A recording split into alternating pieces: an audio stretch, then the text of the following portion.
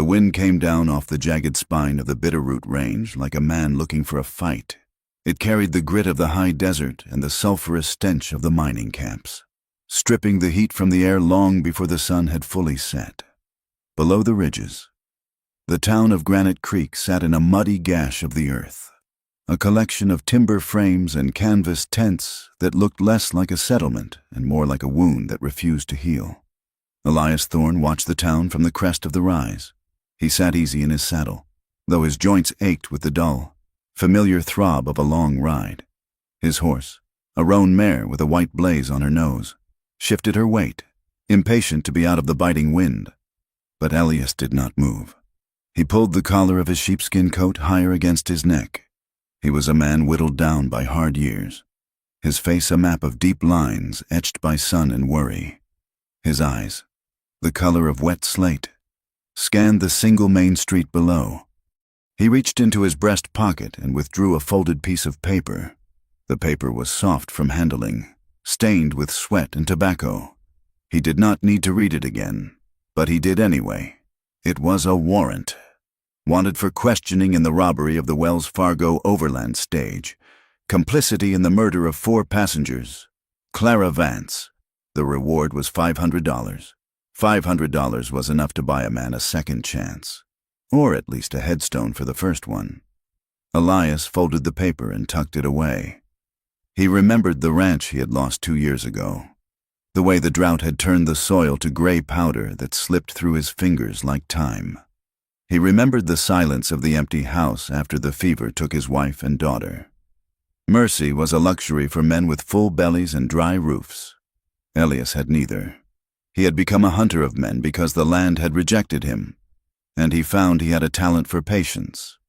He nudged the mare with his heels, and they began the slow descent into the muck of Granite Creek. The town was a churn of noise and desperation. The street was a river of sludge, churned by heavy freight wagons and the boots of miners who had spent 12 hours underground. Men shouted in a dozen languages, but the tone was always the same: exhaustion and a frantic need for release. Elias tied his horse at the hitching rail in front of the livery stable, paying the boy a silver dollar to rub her down and give her decent grain. He walked toward the largest structure in town, a 2-story building with a false front painted a peeling yellow. The sign above the bat-wing doors read, "The Gilded Spur." Elias stepped inside. The heat hit him first, thick with the smell of stale beer, sawdust, and unwashed bodies. A piano player was hammering out a tune in the corner, the notes bright and brittle against the low roar of conversation. Elias moved to the far end of the bar, finding a shadow where the oil lamps did not quite reach. He ordered a whiskey and nursed it, his back to the wall, his hat pulled low. He watched. The hierarchy of the room was clear to anyone who knew how to look. In the center, holding court at a round table, sat Silas Vane. Vane was the owner of the Spur, a man with a waistcoat of green silk that strained against his gut. He laughed loud, showing gold teeth, but his eyes were hard and flat like polished river stones. Flanking him were 2 men who wore their guns low and tied down, hired muscle, there to ensure the house always won. To Vane's right sat the sheriff, a man named Grady with a face like a collapsed dough ball. Grady was drinking from a bottle that Vane had poured, his badge catching the lamplight. He was not a lawman. He was an investment. And then there were the women. They moved through the smoke like bright birds in a cage, their dresses vivid shades of violet, crimson, and emerald. They laughed at jokes that were not funny and smiled with mouths painted red to hide the tightness at the corners. They were the armor of the place, the distraction that kept the miners from burning the town down in their frustration. Elias found her near the stairs. Clara Vance looked younger than he expected, perhaps 24 or 25. She wore a dress of dark blue satin, trimmed with black lace that seemed to mourn the skin it touched. Her hair was piled high, pinned with a comb of imitation pearl, but loose strands fell against her neck. She was laughing at something a dirty-faced prospector was saying, her hand resting lightly on his shoulder. It was a practiced touch, light enough to promise, heavy enough to ground him. But Elias saw the moment she turned away. The smile vanished instantly, replaced by a look of profound exhaustion. Her shoulders slumped just a fraction of an inch before she caught herself. Her eyes darted toward the back room, then to a young girl, hardly 16, who was carrying a tray of empty glasses. Clara watched the girl with a fierce, protective intensity, her gaze tracking the way a drunk miner reached for the girl's arm. Clara intercepted the man smoothly, distracting him with a fresh bottle and a whisper, steering him away from the child. She was not just working, she was guarding. Elias finished his whiskey. The burn was familiar. He waited. An hour later, the crowd began to thicken, the noise rising to a shout. Clara slipped away from the main floor, carrying a pitcher toward the back corridor that led to the private rooms and the storeroom. Elias moved. He did not rush. He simply ghosted through the crowd, a shadow detaching itself from the wall. He followed her into the dim hallway. The noise of the saloon faded slightly here, muffled by the heavy timber walls. She set the pitcher down on a crate and leaned her head against the wall. Closing her eyes for a second, her hand went to her bodice, pressing against something hidden there, a hard, rectangular shape beneath the satin. "Clara," Elias said. She spun around, her movement sharp and fluid. She did not scream. Her hand dropped from her bodice to her side, but she had no weapon. Elias stood 5 feet away, his coat drawn but not raised. He held it loose at his hip, the hammer back. "Don't run," he said. His voice was gravel, low and steady. "I have a warrant." Clara Vance stared at him. Up close, the powder on her face could not hide the dark circles under her eyes or the faint, yellowing bruise on her jawline. She did not look like a stage robber.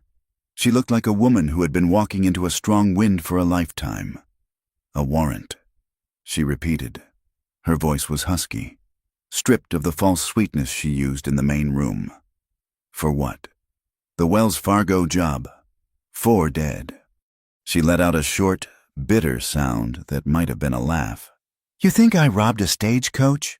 Look at me, mister. Do I look like I have been riding the high country?" Elias stepped closer.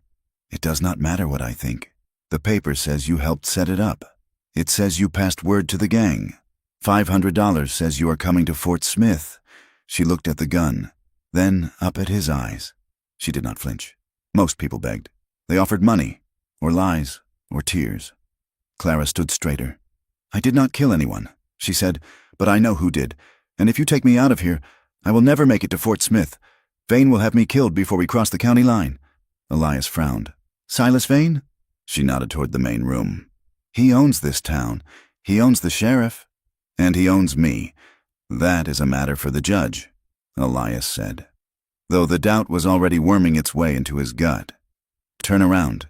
Hands where I can see them." She did not turn. Instead, she took a step toward him. The desperation he had sensed earlier was gone, replaced by a terrifying calm. She looked at the gun barrel, then met his gaze with a challenge that hit him harder than a fist. "Shoot me," she said. Elias blinked. "What? Shoot me if you want freedom," she said. Her voice was steady, but tears of pure rage welled in her eyes. "Go on.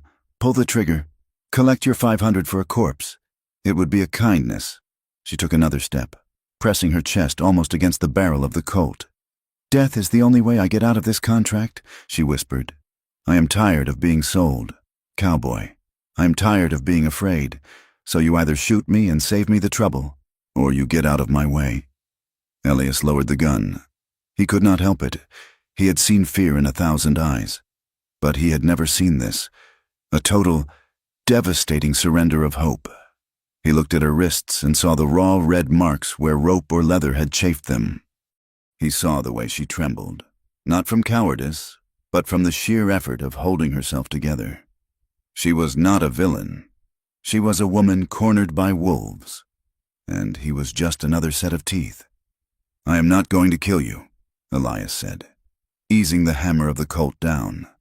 "Then leave," she said, her voice cracking. "Leave before they find you here."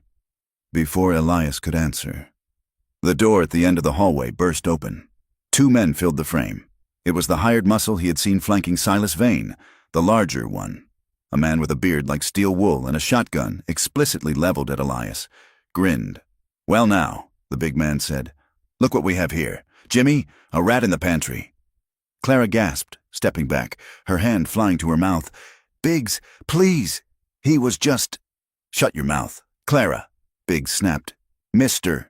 Vane wants a word, and he wants to know why you are chatting with strangers when you still owe on your contract."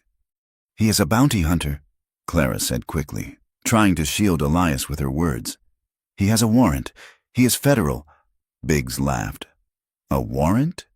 In Granite Creek, the only law is what Mr. Vane writes in his ledger, and according to that ledger, you belong to the house until your debt is paid. That means $3,000. Girl, you are property." The word hung in the air, heavy and ugly. Property. Elias felt the change in the air. This was not an arrest. This was a retrieval. The warrant in his pocket felt suddenly heavy. A lie written on paper. If he handed her over to these men, she would disappear. The robbery, the massacre. It was a frame. He saw it clearly now. Vane needed a scapegoat for the law, or perhaps she knew too much, and the warrant was just a way to flush her out so she could be silenced. Elias looked at Clara. She was staring at the shotgun, her face drained of blood. She looked small. "Drop the iron, Cowboy," Biggs said, racking the slide of the shotgun. Elias looked at Biggs. He looked at the narrow corridor. He looked at the side door 5 feet to his left, barred with a simple wooden plank. Mercy is a weakness, he told himself. Mercy gets you killed. But looking at Clara Vance, standing proud and terrified in her blue satin, Elias knew he could not walk away. He had lost his wife. He had lost his daughter. He had failed to protect everything that mattered. He would not fail this. Elias dropped his left hand as if to surrender, then snapped his right wrist up. He didn't shoot Biggs. The shotgun was already leveled. Instead, Elias fired into the oil lamp hanging from the low ceiling.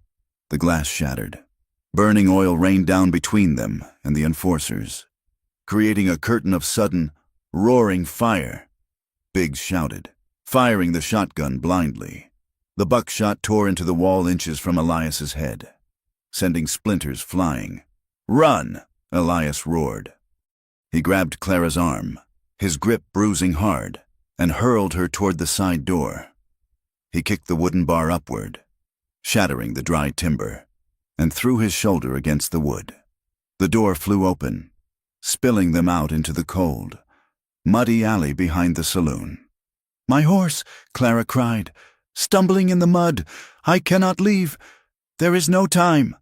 Elias grabbed her waist and practically threw her toward the end of the alley where he had seen the livery. But the shouts were already rising from inside the saloon. The fire would not hold them for long. They sprinted through the muck, the cold air burning their lungs. Elias reached the livery stable, startling the boy who was sleeping on a hay bale. "Saddle the roan!" Elias shouted, throwing the boy another coin. "And get a horse for the lady. Now.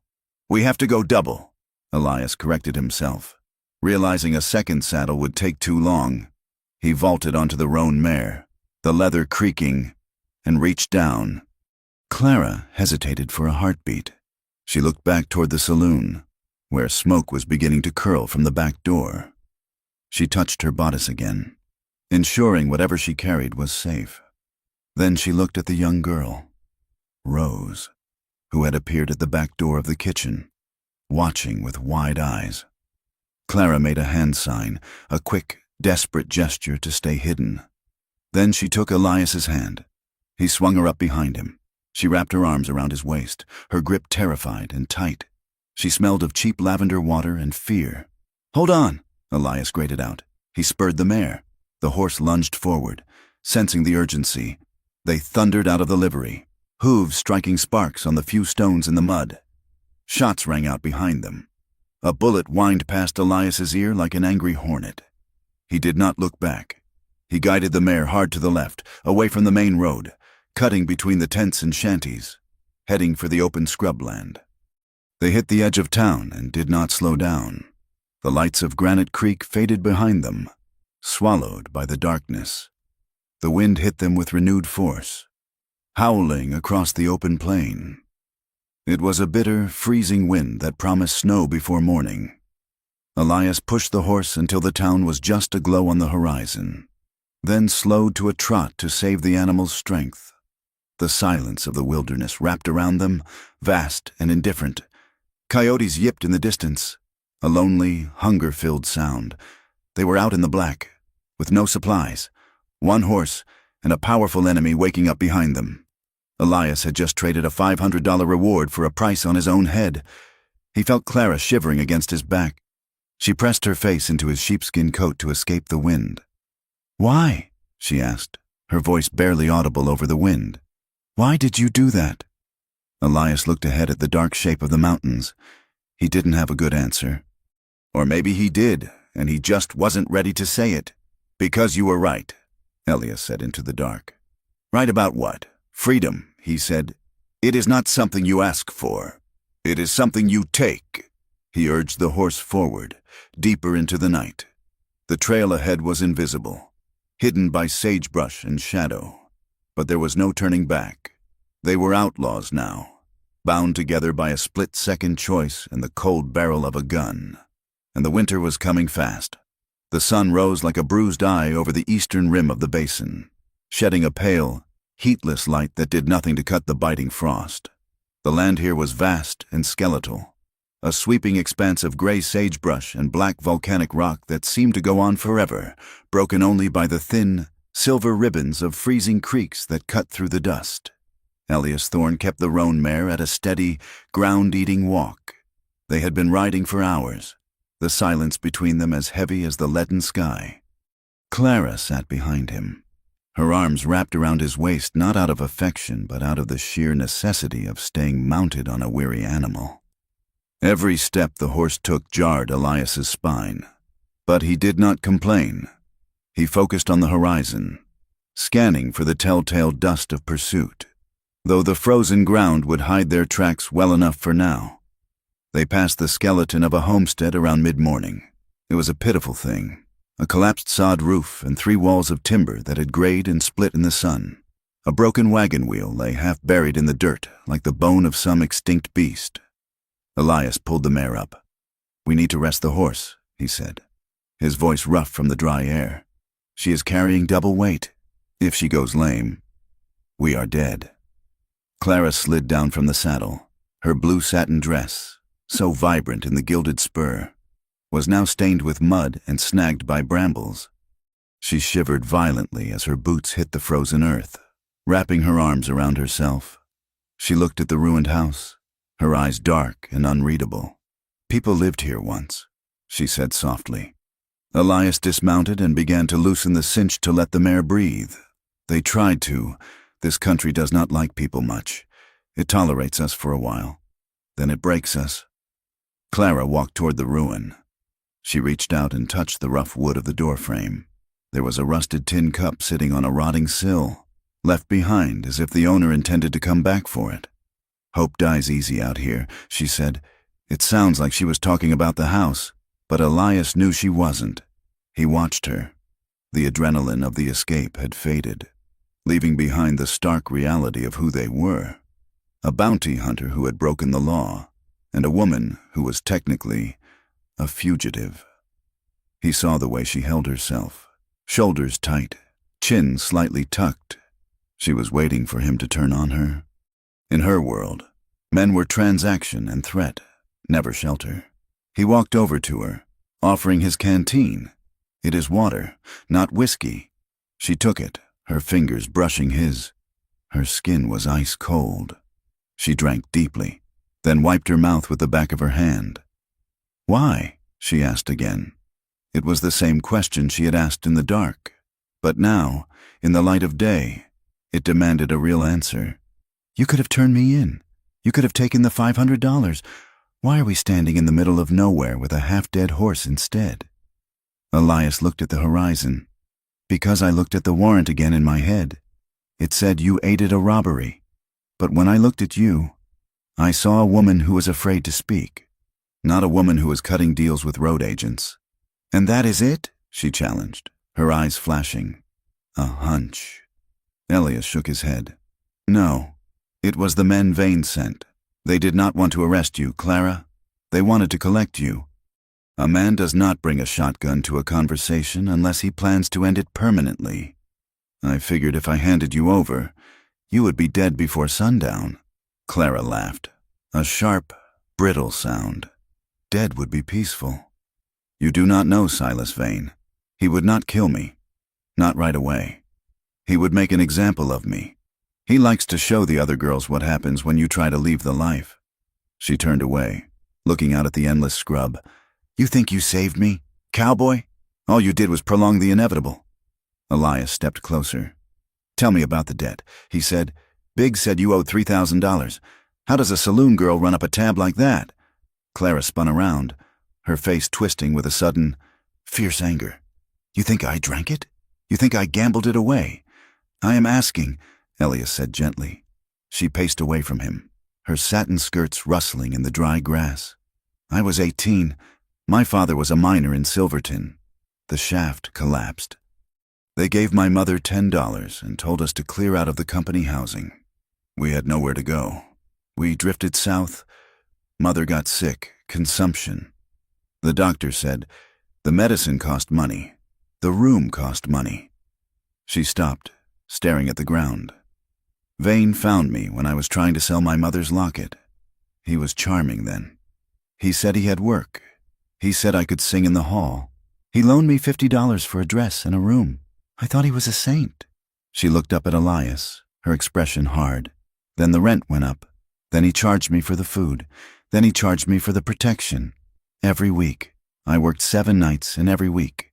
The ledger showed I owed him more than I earned. It is a trap.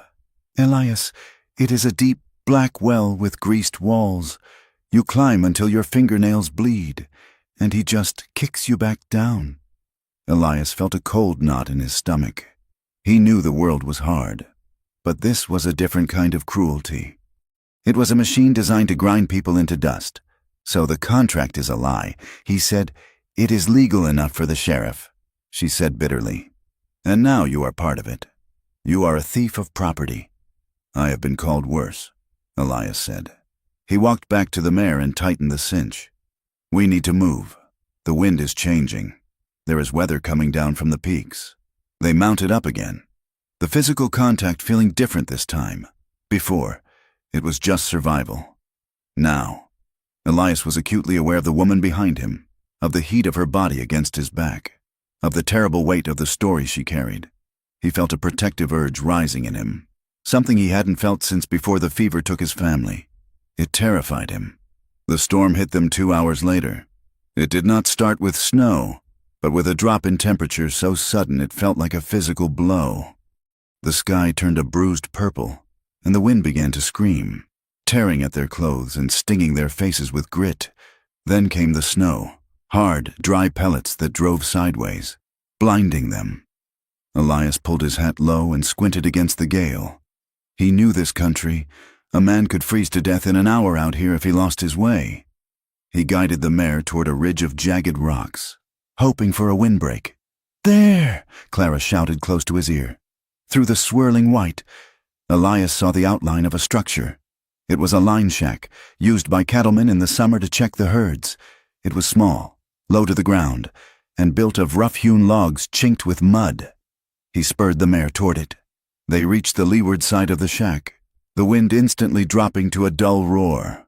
Elias slid off and helped Clara down. Her legs buckled when she hit the ground, numb with cold. He caught her, holding her upright for a moment. Inside! He yelled over the wind. Get inside. He led the horse into the small lean-to attached to the back of the shack, thankful to find a pile of dry hay. He stripped the saddle off the mare and rubbed her down quickly with a handful of straw, covering her with the saddle blanket. When he entered the shack, Clara was standing in the center of the dark room, shivering so hard her teeth chattered. The place was barely 10 feet by 10 feet, with a stone fireplace and a single bunk built into the wall. It smelled of wood smoke and old dust. Elias moved quickly. He found a stack of dry wood in the corner and some tinder. Within minutes, he had a fire crackling in the hearth. The light danced on the walls, pushing back the gloom. "Come here," he said. "Get close to the heat." Clara moved toward the fire, sinking to her knees on the hearthstones. She held her hands out, her fingers pale and waxy. Elias knelt beside her. He saw a cut on her wrist, likely from the rough wood of the saloon door when they fled. It was bleeding sluggishly. "Let me see that," he said. He took her hand. His own hands were rough, calloused from years of rope and rain, but his touch was surprisingly gentle. He used a splash of water from his canteen and a clean strip of cloth from his saddlebag to bind the cut. Clara watched him. The firelight flickered on his face, softening the harsh lines around his eyes and mouth. He was focused, efficient, treating her not like a prize or a problem, but like a human being who was hurt. The silence in the shack deepened, heavy with the howling wind outside. The forced closeness was suffocating and electric all at once. They were alone, miles from civilization, trapped in a box of warmth while the world froze outside. Elias finished tying the bandage. He looked up and found her watching him. Her eyes were wide, the pupils dilated in the dim light. Her breathing was shallow. He did not let go of her hand. For a long moment, neither of them moved. The air between them seemed to vibrate. Elias felt a sudden, sharp pull in his chest, a longing he had thought dead and buried. He wanted to pull her close, not to possess her, but to comfort her, to hold back the cold and the fear that radiated off her in waves. He saw the same hunger in her eyes, a desperate need for connection that warred with her ingrained suspicion. Clara's gaze dropped to his mouth, then back to his eyes. She pulled her hand away slowly, as if breaking a physical thread. "Do not look at me like that," she whispered. "Like what?" Elias asked, his voice low. "Like you want to save me," she said. She hugged her knees to her chest. "Men who try to save me get hurt, or they realize I am not worth the trouble and they turn into the thing I ran from." "I am not vain," Elias said. "No," she said, and her voice trembled. "You are worse, because you make me want to believe you, and that will destroy you. Elias, Vane will tear this country apart to find me. He has the money and the men." "If you stay with me, you will end up dead in a ditch." Elias poked the fire with a stick, watching the sparks fly up the chimney. "I have been dead for 2 years. Clara, I am just walking around out of habit." He looked at her, his jaw set in a line of stubborn determination. "I am not doing this to be a hero. I am doing it because I don't like being used as a weapon. Vane handed me a warrant and told me to fetch his property. I decided I didn't like the job. That is all. It wasn't a speech. It wasn't poetry. It was the flat, hard truth of a man who had drawn a line in the dirt. And that made it more dangerous than any promise of undying love. It meant he wouldn't quit when the romance faded or the bullets started flying." Clara looked at him, and for the first time, the guard in her eyes slipped completely. She looked terrified, not of Vane, but of the hope Elias was offering her. "You are a fool," she said softly. "Likely." Elias agreed. He stood up and moved to the other side of the fire, putting distance between them. "Get some sleep. The storm will break by morning. We have a long ride, back in Granite Creek." The storm was just rain, turning the streets into a slurry of freezing mud. Sheriff Grady stood in the doorway of the gilded spur, water dripping from the brim of his hat. Inside, Silas Vane sat at his usual table, but the atmosphere was far from festive. The piano was silent. The girls were gone. Biggs stood by the bar, his arm in a sling where a splinter from the doorframe had gouged him. "He is a kidnapper," Vane said calmly. He was shuffling a deck of cards, the sound rhythmic and sharp. "That is the story. Grady. Elias Thorne came into my establishment, waved a gun, and dragged Miss Vance out against her will. He likely plans to hold her for ransom or use her for unsavory purposes." Grady shifted uncomfortably. "Thorne is a licensed bounty hunter. Silas, he had a warrant. Folks saw it." "The warrant was for questioning," Vane said, not looking up. "It did not authorize him to shoot up my bar and abduct a woman. He has gone rogue. The drought drove him mad. It happens." Vane slapped the deck down on the table and looked up. His eyes were cold and dead. "Gather a posse. Sheriff, Deputize my men. Biggs will lead them. I want you to hunt him down like the dog he is." "And the girl?" Grady asked. Vane picked up his whiskey glass. "If she is with him, she is an accomplice, or a hostage caught in the crossfire. It does not matter. Just bring me the ledger she stole, and bring me Thorne's body." The morning broke clear and painfully cold. The sun reflected off the fresh snow, creating a blinding white glare. Elias and Clara rode out early. The mare rested but hungry. They moved south, aiming for the timberline where they could find cover. The tension from the night before had shifted into a quiet, fragile understanding. Clara didn't hold on quite as tightly, but she didn't pull away when he helped her mount. They were a team now, connected by the secret of the night and the danger of the day. By noon, they reached Coyote Creek. The water was running high and black, fringed with ice. The crossing was narrow, a ford between two steep banks choked with willows. Elias halted the mare at the edge of the trees. He scanned the opposite bank. It was quiet, too quiet. A crow called out, a harsh, grating sound. "Something is wrong," Elias murmured. Before he could turn the horse, the crack of a rifle shattered the air. The bullet struck the ground inches from the mare's front hooves. Spraying snow and dirt, the horse reared, screaming. Elias fought the reins, keeping them from toppling. "There!" A shout from the ridge across the creek. "That is the kidnapper! Put him down!" Gunfire erupted from the willows on the far bank. Puffs of smoke bloomed against the white snow. "Hold on!" Elias yelled. He spun the mare, driving her hard back toward the tree line they had just left. But a second group of riders emerged from the brush behind them. They were boxed in. It was an ambush. They had tracked them, or guessed their route. Elias saw a narrow gap in the rocks to the west, a goat trail leading up a steep incline. It was their only chance. He kicked the mare into a gallop. Bullets buzzed around them like angry bees. He felt Clara bury her face in his coat. "He is making a run for the ridge. Cut him off!" Elias drew his Colt, firing blindly over his shoulder to keep their heads down. He didn't aim to kill, just to suppress. He guided the mare up the rocky slope, hooves scrambling on the loose shale. A rifle shot rang out, clearer and closer than the others. Elias felt a sudden, massive impact in his upper left arm. It felt like being hit with a sledgehammer. The force of it nearly knocked him out of the saddle.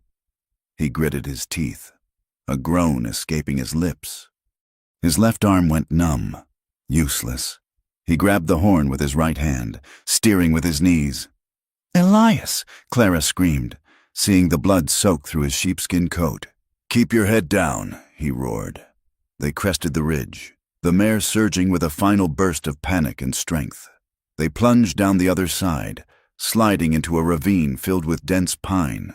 The gunfire continued, but the bullets struck the rocks behind them. They were out of the line of sight. Elias kept them moving, winding through the trees, putting distance between them and the posse. He could feel the warm, wet spread of blood down his sleeve. The numbness was fading, replaced by a searing, white-hot pain. He rode until his vision began to blur at the edges. Finally, they reached a shallow cave hidden by a fallen boulder, miles from the crossing. Elias slid from the saddle, his legs refusing to hold him. He hit the ground hard. Clara was there instantly. She didn't panic. She didn't scream. She grabbed him under his good arm and dragged him into the shelter of the cave. She worked with a terrifying efficiency. She tore a strip from her petticoat, packing snow into it to make a compress.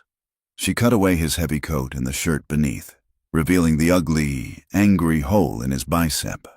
The bullet had passed through. Thank God. But it had torn muscle and missed the bone by a fraction of an inch. She pressed the snowpack against the wound. Elias hissed through his teeth, his head falling back against the stone. "Stay with me," Clara said, her voice fierce. "Do not you dare die on me, Elias Thorne." She tied the bandage tight, her hands moving with a tenderness that belied her sharp words. She brushed the hair back from his sweating forehead.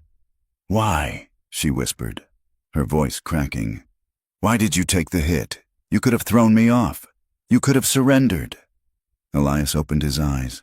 He looked at her, really looked at her. He saw the tears tracking through the dirt on her face.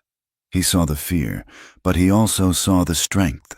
"Because," he rasped, "you are worth more than the debt." Clara froze.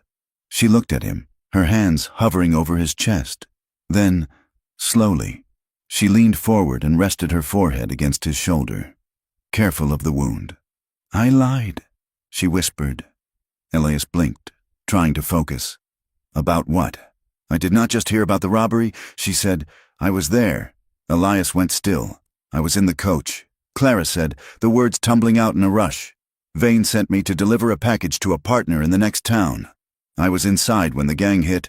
They did not just want the strongbox. Elias, they wanted the judge. Judge Miller. He was a passenger." She lifted her head, her eyes haunted.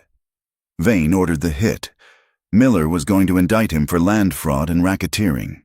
The robbery was a cover to assassinate a federal judge. I saw Biggs shoot him. I saw everything." She took a ragged breath. "That is why they want me back. That is why they are hunting us.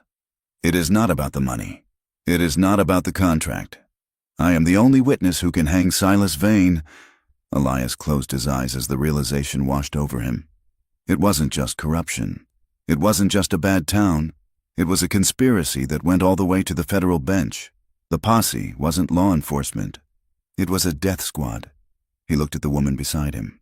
She was shivering, terrified, and small, but she was holding the key to bringing down an empire. "We are not going to run anymore," Elias whispered. Clara looked at him, confused.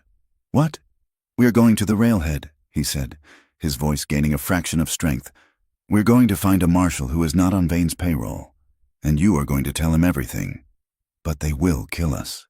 She said, "They are going to try," Elias said. He reached up with his good hand and took hers. "But they made a mistake." "What mistake?" "They let us live," Elias said. "And now, we are going to make them regret it." The wind outside the cave howled, carrying the promise of a long, hard winter. But inside, amidst the pain and the fear, a new kind of fire had been lit. It was the fire of two people who had nothing left to lose and everything to fight for. The land rose beneath them, shedding the scrubby desolation of the basin for the hard, unforgiving granite of the high plains. Here, the world felt stripped of all softness. The wind did not just blow, it hunted. It sought the gaps in their clothing, the seams of their resolve, and the heat in their blood. Elias Thorne rode with his left arm bound tight against his chest. The bullet wound was a dull, throbbing sun in the center of his awareness, pulsing in time with the mare's hoofbeats. Every jar of the saddle sent a fresh spike of white sickness through his stomach, but he kept his face set like flint. To show pain was to invite worry, and Clara Vance carried enough weight already. They were heading north toward Ironwood, a railhead town perched on the edge of the territory. Rumors said a federal marshal held court there, a man named Sterling who had a reputation for hanging men who thought their money put them above the law. It was a thin hope, fragile as the ice forming on the darker pools of the creek, but it was all they had. Clara sat behind him, her body pressed against his back for warmth. The heat of her was the only thing keeping the numbness from taking his spine completely. They had been riding for 3 days since the ambush at Coyote Creek, moving through a landscape that grew bleaker with every mile. The sky was a flat sheet of iron, promising snow that refused to fall, holding the cold in a suffocating embrace. "We need supplies," Elias said. His voice was rough, scraped raw by the dry air. Clara shifted. "There is a settlement ahead. I saw the smoke from the ridge. It is risky," Elias said. "Starving is risky too," she countered. "The horse needs grain, Elias, and you need clean bandages. That rag is stiff with blood." He knew she was right. They turned the exhausted mare toward the thin plume of smoke that marked civilization in this emptiness. The settlement was hardly a town. It was a cluster of buildings huddled against the wind, a trading post, a blacksmith, and a few scattered houses that looked like they were bracing for a blow. They rode in slowly. Elias kept his hat low, his right hand resting near the butt of his Colt. People watched them. It was the kind of place where strangers were events, and usually bad ones. A woman beating a rug on a porch stopped mid-swing, her eyes narrowing as she took in Clara's dress. The blue satin, once the pride of the gilded spur, was now a ruin of mud stains and torn lace. It was a garment that spoke of the night, of sin, and of places decent folk did not go. Elias felt Clara stiffen against him. She sat straighter, lifting her chin, but he could feel the tremble in her frame. It was not the cold. It was the shame. The town's judgment hit her harder than the wind. They pulled up at the trading post. Elias dismounted first, his legs stiff. He reached up to help Clara down. When her boots hit the dirt, she smoothed her skirts with a gesture that was heartbreakingly dignified. "Wait here with the horse," Elias said quietly. "No," Clara said. "I am not a dog to be tied outside." She walked toward the door, her head high.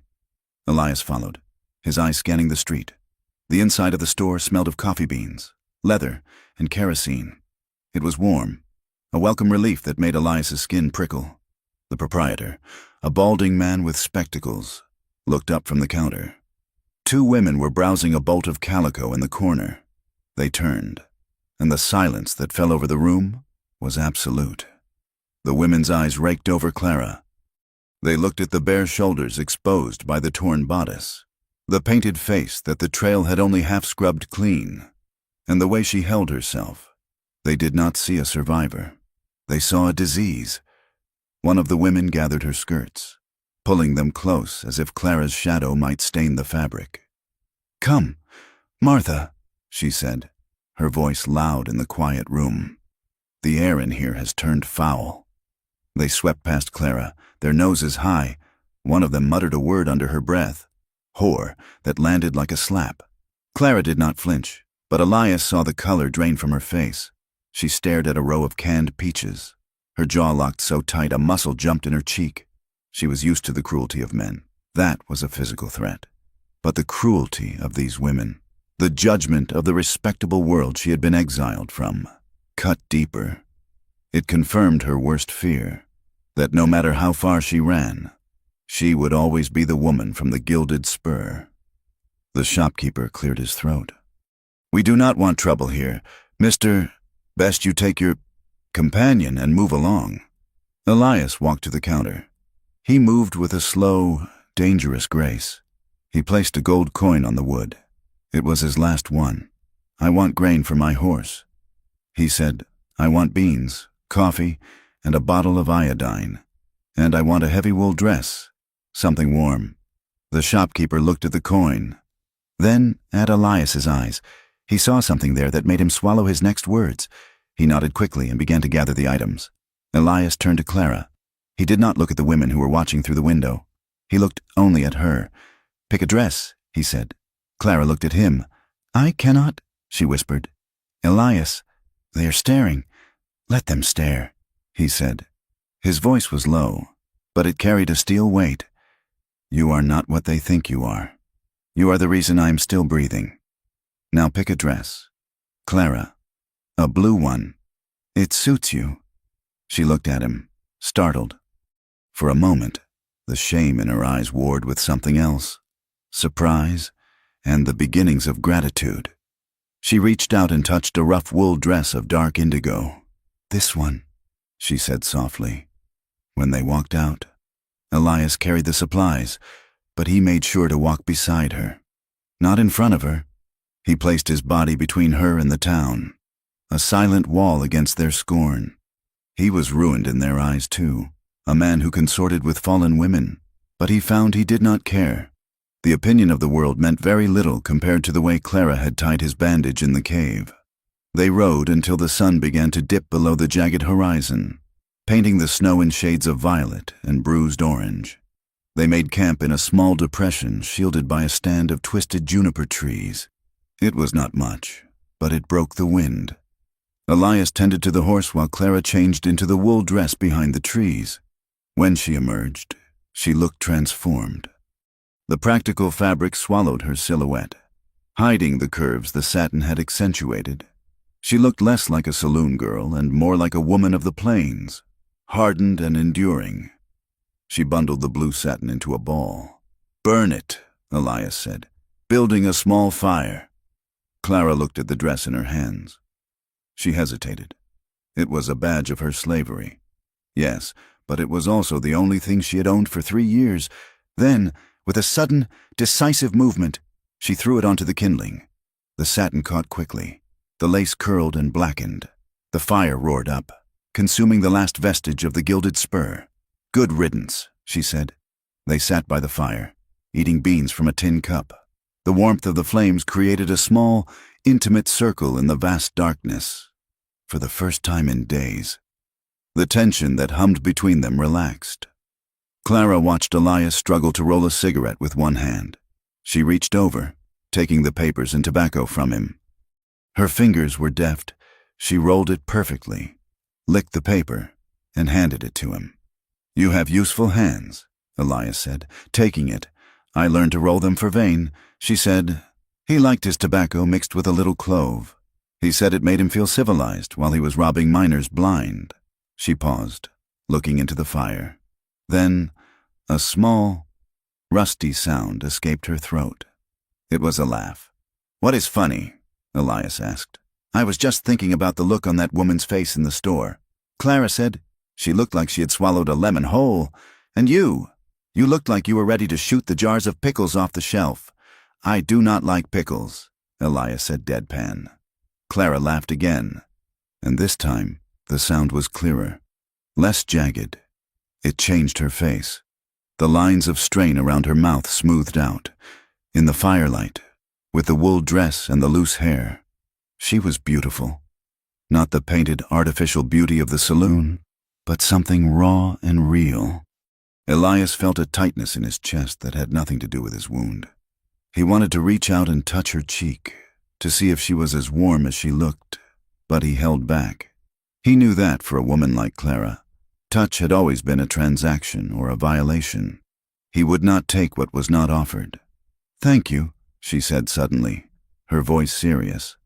"For the dress? For the dignity?" She said, "No one has stood up for me without wanting something in return since I was 16. I want something," Elias said. Clara stiffened slightly, her old instincts flaring. "What? I want to know the rest," he said. "You said Vane ordered the hit on Judge Miller, but a judge is a big target. Why take the risk? What is in the ledger?" "Clara," she looked at him, searching his face for any sign of deceit. She found only patience. She reached into the pocket of her new dress and pulled out a folded, leather-bound notebook. It was small, innocent-looking. "It is not just debts," she said, opening it. "It is land claims." She pointed to a page covered in Vane's cramped handwriting. "See these names? These are the miners who died in accidents over the last 2 years. And these dates? These are the dates their widows signed over their deeds to Vane for pennies on the dollar." She turned the page. "And this is the route for the new railroad spur. Judge Miller was coming to file the federal survey. If the railroad goes through the valley, this land becomes worth millions. Vane knows the route. He has been buying up the land along the tracks before anyone else knows. He is stealing the whole territory. Elias. And he is killing anyone who gets in the way." Elias took the book. He saw the pattern instantly. It was a map of greed drawn in blood. Vane wasn't just a saloon owner. He was a kingpin building a kingdom on the bones of the poor. "This hangs him," Elias said softly. "This hangs the sheriff too." "Yes," Clara said. "If we get it to the marshal." "We will," Elias said. He handed the book back to her. His fingers brushed hers.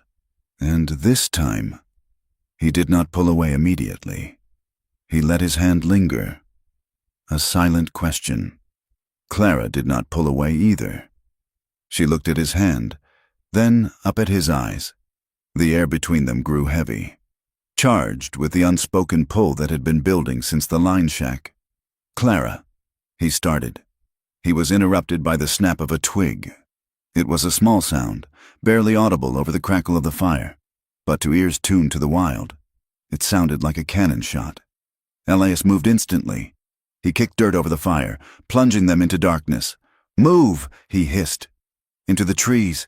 He grabbed his rifle with his good hand, ignoring the scream of protest from his injured arm. Clara did not argue. She scrambled back into the darkness of the junipers, clutching the ledger to her chest. Voices drifted from the darkness. Rough, low voices. "I saw the fire. Boss, they are close.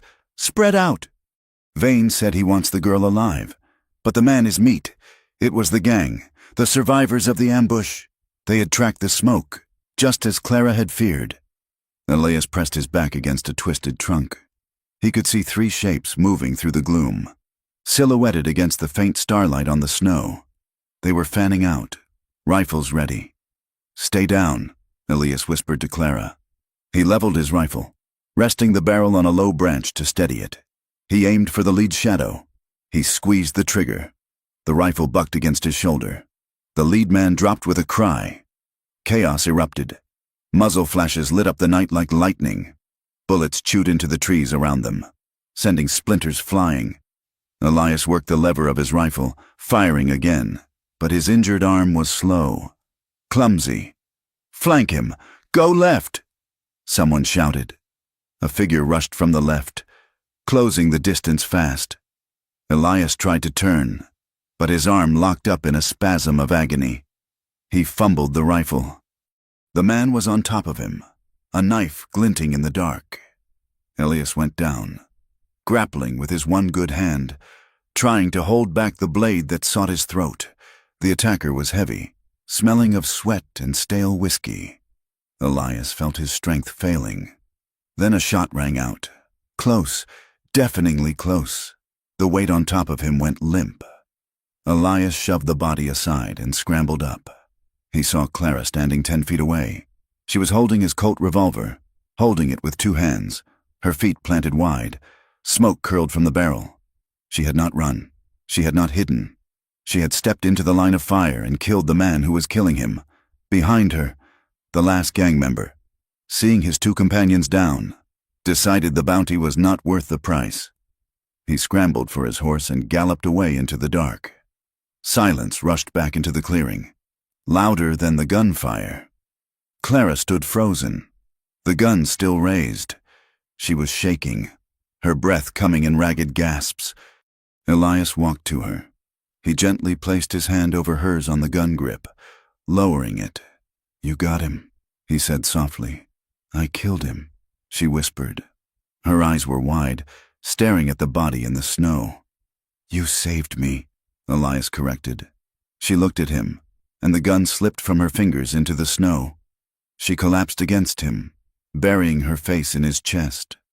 Elias wrapped his good arm around her, holding her tight. He could feel her heart hammering against his ribs, a frantic bird trying to escape. They stood there for a long time, the adrenaline slowly draining away, leaving them cold and exposed. The reality of what they had done, what they meant to each other, settled over them. "We cannot stay here," Elias said finally. "The one who ran will bring more." They packed quickly, leaving the dead men where they lay. They rode through the night, pushing the mare to her limit, putting miles between them and the graves they had dug. They found shelter just before dawn in a shallow cave near the base of a canyon wall. It was small, cold, and hidden. They collapsed onto the blankets. Elias was gray with exhaustion, his arm bleeding again. Clara tended to him, her hands steady now, though her eyes were dark with shock. When the bandage was tied, she sat back on her heels. The cave was dim, lit only by the gray light of pre-dawn filtering through the entrance. Elias watched her. "You are brave." "Clara, I have known men who would have frozen in that clearing. I was not brave." She said, "I was terrified. I could not watch you die. I could not be alone again." She looked at him, and the raw honesty in her face took his breath away. The barriers were gone. The fear of judgment, the shame of the saloon, the walls she had built, they had all been burned in the fire or shot away in the dark. "Elias," she said. Her voice was a whisper. She moved closer. She reached out and touched his face, her fingers tracing the rough stubble on his jaw. "I want you," she said. The words hung in the cold air, stark and simple. Elias's heart slammed against his ribs. He looked at her mouth, then into her eyes. He saw the desire there, hot and undeniable, but he also saw the fear. She was offering herself, but she was terrified that this would be just another transaction. Another time she gave herself to a man who would take what he wanted and leave her with less. "Clara," he said, his voice ragged. "I am afraid," she admitted, tears welling in her eyes. "I am afraid that if I let you love me, I will be weak. I am afraid that you will see me as broken goods. I am afraid that wanting this makes me the whore they say I am." Elias caught her hand. He held it against his chest, over his heart. "Listen to me," he said. "You are not goods. You are not a contract, and you are sure as hell not broken. You are the strongest thing I have ever known." He leaned in, his forehead resting against hers. "If we do this," he said, his voice low and intense, "it is not because I saved you, and it is not because you owe me. I do not own you, Clara. I never will. If you come to me, you come as a free woman. You choose." Clara looked at him. She searched his eyes for any sign of the ownership she had known all her adult life. She found only an open door. He was giving her the one thing she had never had, the power to say yes, which meant nothing without the power to say no. "I choose you," she whispered. She closed the distance. Her lips met his. It was not a gentle kiss. It was desperate. It tasted of smoke and fear and the fierce, burning hope of survival. It was a collision of two lonely people who had finally found the one place in the wide, empty West where they belonged. Elias kissed her back with everything he had held in check since the moment he saw her in the gilded spur. He kissed her with the hunger of a man who had forgotten what it was to be alive. But even in the heat of it, his hands were gentle. He held her face like it was something precious, something that could not be bought or sold, only cherished. Outside, the snow began to fall, silent and white, covering their tracks and the blood on the ground. Inside the cave, the cold did not matter. They had found the fire, and this time, they would let it burn. The rails of ironwood sang a song of iron and steam that vibrated through the frozen ground long before the town appeared through the gray mist. It was a sound of progress, loud and unyielding, a stark contrast to the silence of the high plains Elias and Clara had just survived. They rode into the railhead town under the cover of a slate-gray afternoon. Ironwood was bigger than Granite Creek, built of brick and dressed stone rather than green timber and canvas. It smelled of coal smoke and money. The train station dominated the center of town, a cathedral to the new god of the West, with locomotives hissing steam like tethered dragons. Elias kept the mare at a walk. His left arm was stiff, bound tight against his ribs, but the fever had broken. He felt the sharp clarity that comes after sickness. A focus narrowed down to a single point. "We find the marshal," he said, keeping his voice low. "We hand over the ledger. We end this." Clara nodded, but her eyes were darting from face to face in the crowded street. She pulled her shawl tighter. The wool dress Elias had bought her was respectable, but she wore it like a costume. Underneath, she was still waiting for the trap to snap shut. They tied the horse near the courthouse, a formidable brick building with the stars and stripes hanging limp in the freezing air. Elias adjusted his coat to hide his colt, but he could not hide the way he walked, like a wolf trying to pass for a dog. They made it to the steps of the courthouse when the doors opened. It was not Marshal Sterling who stepped out. It was a man in a black suit, holding a leather satchel, flanked by 4 men wearing deputies' badges. But these were not the rough-hewn lawmen of the mining camps. They were clean-shaven, cold-eyed men who looked like they followed orders without asking questions. The man in the suit stopped. He adjusted his spectacles and looked down at a paper in his hand, then at Clara. "Clara Vance," the man said. His voice was dry, like rustling paper. Clara froze. Elias stepped in front of her, his hand hovering near his gun. "Who is asking?" Elias growled. "My name is Arthur Pym," the man said. "I represent the commercial interests of Mr. Silas Vane, and I am here to execute a writ of reclamation for stolen property and unpaid debt." He gestured to the deputies. "Take her." Elias drew his Colt. The movement was a blur, faster than a wounded man should have been. He leveled it at Pym's chest. "Touch her and you die," Elias said. The deputies drew their weapons, 4 guns leveled at Elias. The street cleared instantly, pedestrians scattering into alleys. Pym did not flinch. He looked at Elias with a bored expression. "Put the gun down. Mr. Thorne, this is not a mining camp. This is Ironwood. We have laws here. I have a signed contract and a warrant from the county judge. Miss Vance is in breach of contract. She owes $3,000. Until that debt is paid. She is the legal custodial ward of the Gilded Spur. She is a witness in a federal murder case," Elias said, his voice tight. "We are here to see Marshal Sterling. Marshal Sterling is currently riding circuit in the southern counties," Pym said smoothly. "He will not be back for 2 weeks. In his absence, the local sheriff enforces the writs." Pym nodded to the deputies. "If he fires, kill him. If he surrenders, arrest him for brandishing a firearm in city limits." Elias looked at the 4 guns. He looked at Clara. He could shoot Pym. He might even get one of the deputies. But he would be dead before he hit the ground, and Clara would be alone in the hands of these men.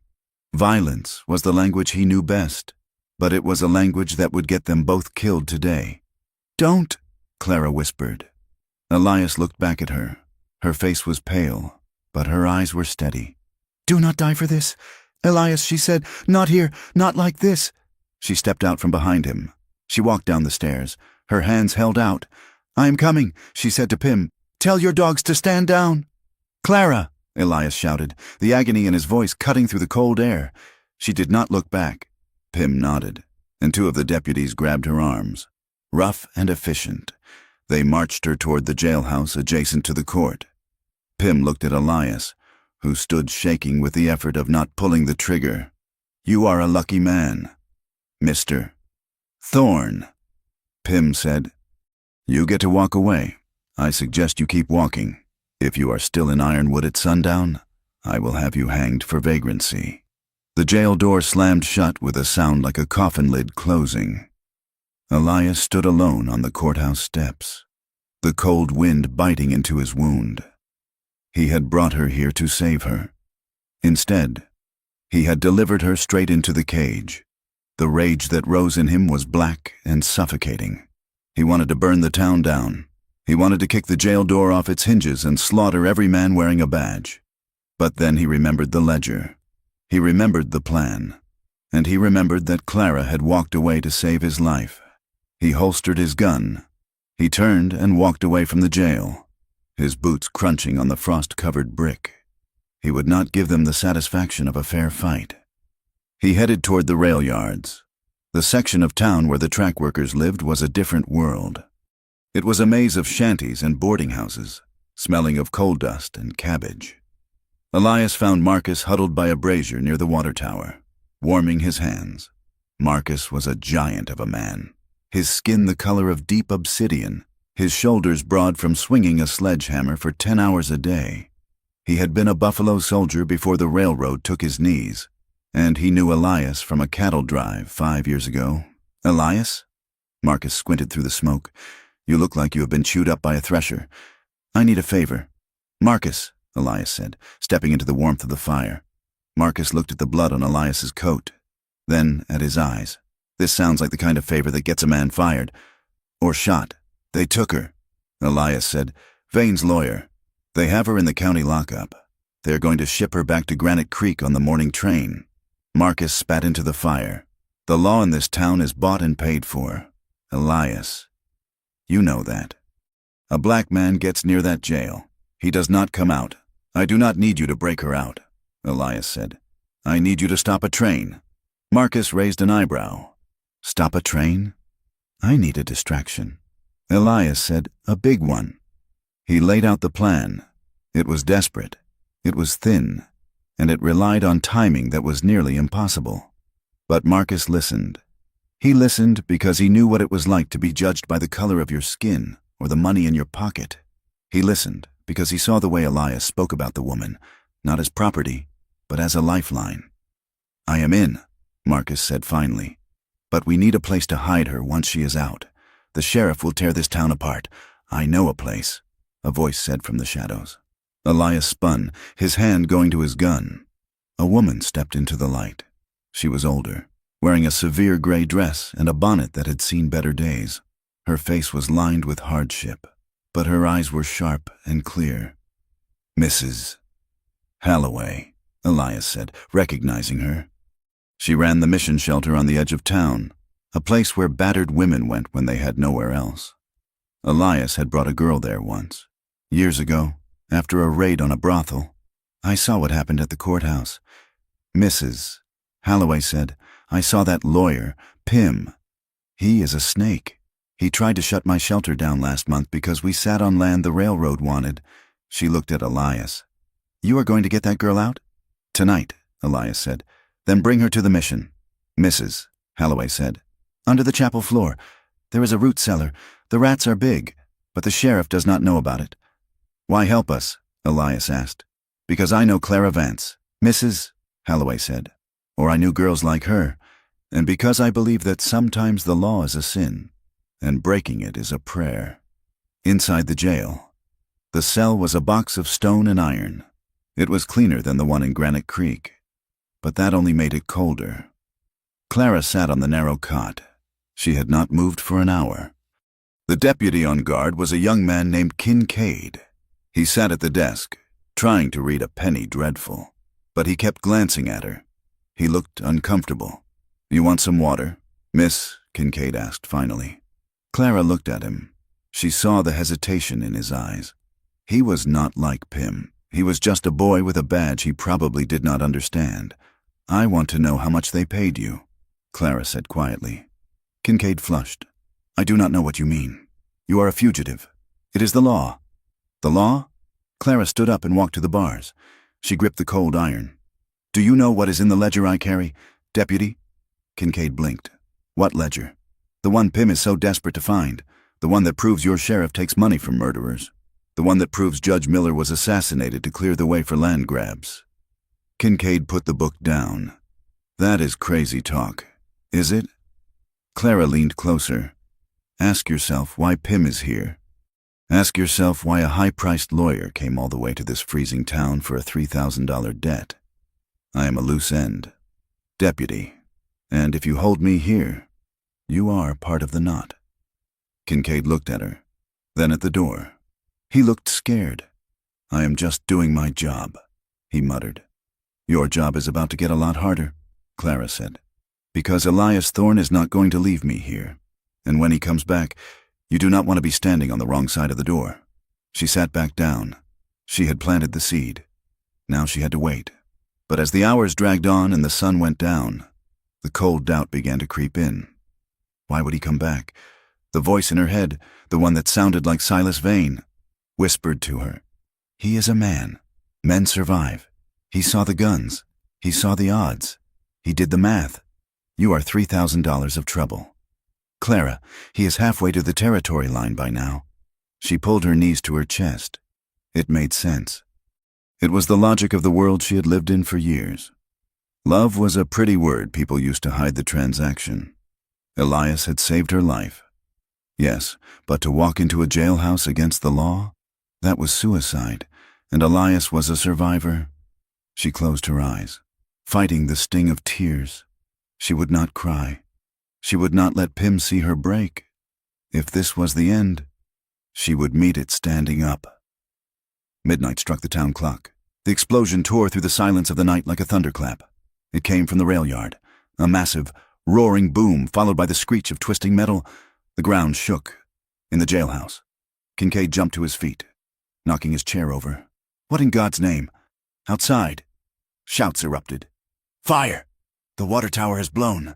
The sheriff burst into the office from the street, buttoning his coat. "Kincaid, get down to the yards. The whole platform is going up. But the prisoner—" Kincaid stammered, "I will watch the prisoner. Go!" "We need every hand on the bucket line." Kincaid grabbed his hat and ran out. The sheriff cursed, grabbing a shotgun from the rack. He looked at Clara. "Don't you move," he growled. He stepped out onto the porch to see the fire. The moment he stepped out, a shadow detached itself from the roof of the jailhouse. Elias dropped behind the sheriff. He didn't use his gun. He swung the barrel of the Colt in a tight, brutal arc, striking the sheriff behind the ear.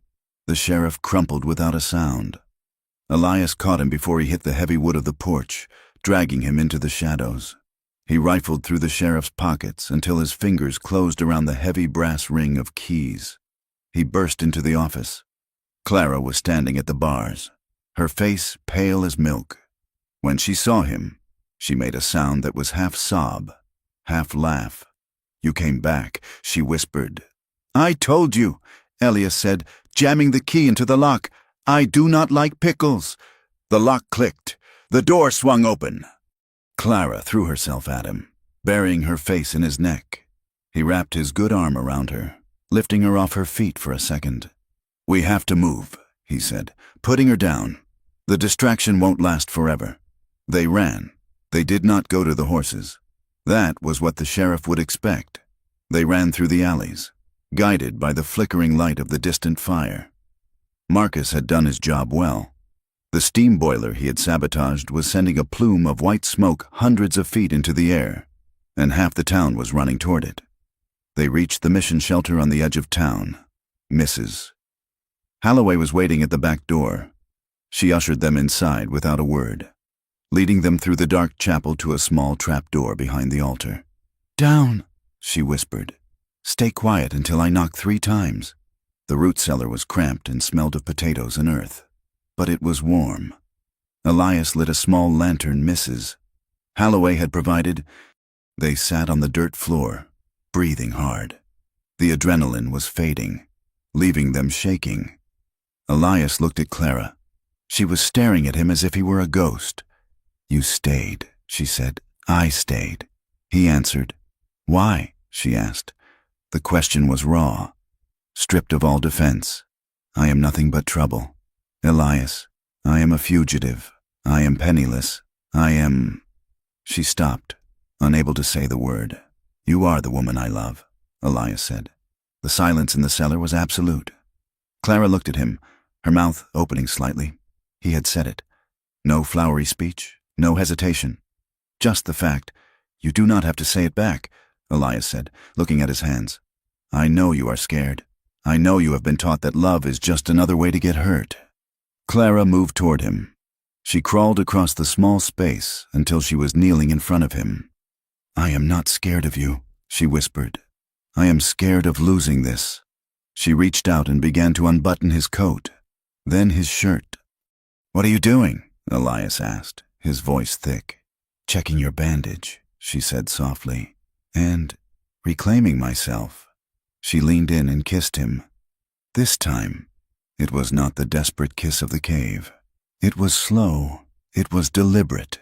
It was a question and an answer all at once. In the dim light of the lantern, surrounded by the smell of earth, they came together. It was not a taking. It was a giving. For Clara, every touch was a defiance of her past. Her body was not a commodity to be sold. It was her own, and she was choosing to share it. Elias, mindful of his wound but more mindful of her, moved with a reverence that made Clara weep silently. He touched her scars, the physical ones and the invisible ones, with hands that demanded nothing. He let her set the pace. He let her lead. When they lay together afterwards, covered by his heavy coat, the world above them ceased to exist. There was no Pym, no Vane, no warrants. There was just the steady beat of 2 hearts that had finally found their rhythm. Clara rested her head on his chest. "We cannot run anymore," she said softly. "No," Elias agreed. "If we run, we are just waiting to be caught. Pym will follow us. Vane will send more men." "So what do we do?" Elias asked, though he suspected he knew the answer. "We go back," Clara said. Her voice was steel now. "We go back to Granite Creek. That is a death sentence." Elias said. "No," she said. "It is a trial. We have the ledger. We have the truth. We take it to the people. Elias, we take it to the miners who lost their land. We take it to the widows. We put Silas Vane on trial in his own saloon. It is risky." Elias said, "Freedom is risky." She replied. Elias kissed the top of her head. He thought about the miles back to the mining town. He thought about the guns waiting for them. And then he thought about the way she had looked at Pym on the courthouse steps. defiant and unbroken. "You are right," he said. "We go back, and we burn his kingdom to the ground." The next morning, under the cover of a snowstorm that Marcus had predicted, they slipped out of Ironwood. They did not take the main road. They took the old mining track that cut through the high passes, a route that was treacherous in winter but, unwatched, misses. Holloway gave them food. Marcus gave them a fresh horse he had borrowed from the company stock. Kincaid, the young deputy, had left the back gate of the town unlocked, a small act of redemption for a man who had realized he was on the wrong side. As they rode south into the teeth of the wind, the mood was different. They were not fleeing anymore. They were invading. Elias looked at Clara. She rode tall in the saddle, her eyes fixed on the horizon. The fear was gone, replaced by a cold, burning purpose. She was not the saloon girl anymore. She was not the victim. She was the storm that was coming for Silas Vane. And Elias Thorne, the man who had once thought mercy was a weakness, rode beside her, ready to prove that love was the most dangerous weapon of all. The wind that howled down the main street of Granite Creek was no longer just cold. It was malicious. It carried the bite of deep winter, a freezing razor that scraped against the skin and settled in the bones. The snow was piled high against the timber walls of the buildings. Dirty gray drifts hardened by frost and coal dust. The town felt smaller, huddled in on itself, a place where secrets were kept frozen and hope was rationed like flour. Elias Thorne and Clara Vance rode in after dark. They did not come as thieves this time. Skulking in the shadows of the alleyways, they rode down the center of the street. The hooves of their horses crunched loud and rhythmic on the packed ice. Elias watched the windows. He saw curtains twitch. He saw the glow of oil lamps dim as people moved to peer out. They were a spectacle. The bounty hunter who had turned outlaw, and the woman who had burned her bridge to the only life she knew. "Are you ready?" Elias asked. His voice was low, lost to the wind for anyone but her. Clara sat tall in the saddle. She wore the heavy wool dress from Ironwood, wrapped in a buffalo robe Elias had bartered for at a trapper's camp 2 days ago. Her face was pale, stripped of the paint and powder that had been her mask for years. She looked severe, beautiful, and terrified. "I am ready," she said. "They did not go to the sheriff's office. That would be a suicide pact. They went to the source of the rot. They went to the Gilded Spur." It was Friday night. The saloon would be packed with miners flush with their weekly pay, drinking to forget the cold and the dark of the shafts. It was the heart of the town, the place where judgments were passed and hierarchies were enforced. Elias dismounted first. His left arm was still stiff, the healing muscle pulling tight with every movement, but he had regained the use of his hand. He tied the mare to the rail, then reached up for Clara. She slid down, her boots hitting the boardwalk with a solid thud. She took a breath, holding the freezing air in her lungs for a moment before exhaling a plume of white steam. She reached into her coat and touched the leather-bound ledger. "Stay close to me," Elias said. "When it starts, it will happen fast." "I know," Clara said. Elias pushed open the batwing doors. The noise inside was a physical wall, a roar of laughter, the clinking of glass, the heavy stamp of boots, and the tinny melody of the piano. The air was thick with tobacco smoke and the smell of unwashed bodies and spilled beer. Elias stepped in, Clara half a step behind him. It took 10 seconds for the silence to spread. It started at the bar, where the men nearest the door turned and froze. Then it rippled outward to the card tables, the far corners, and finally to the piano player, whose fingers faltered and stopped on the keys. The silence that followed was louder than the noise had been. Every eye in the room was fixed on them. Silas Vane was holding court at his usual table in the center of the room. He was drinking brandy from a crystal snifter. He looked up, his eyes narrowing slightly. He did not look afraid. He looked like a man who had found a misplaced coin. "Well," Vane said. His voice carried easily in the quiet room. "The prodigal daughter returns, and she brought her pet dog." He stood up, smoothing his silk waistcoat. The men around him, his new enforcers, hired to replace the ones Elias had dealt with, shifted their hands to their belts. I assume you have the $3,000 you stole from me. Clara, Vane said, smiling. Or have you come to work it off? I'm afraid the rates have gone up. You have caused me a great deal of inconvenience.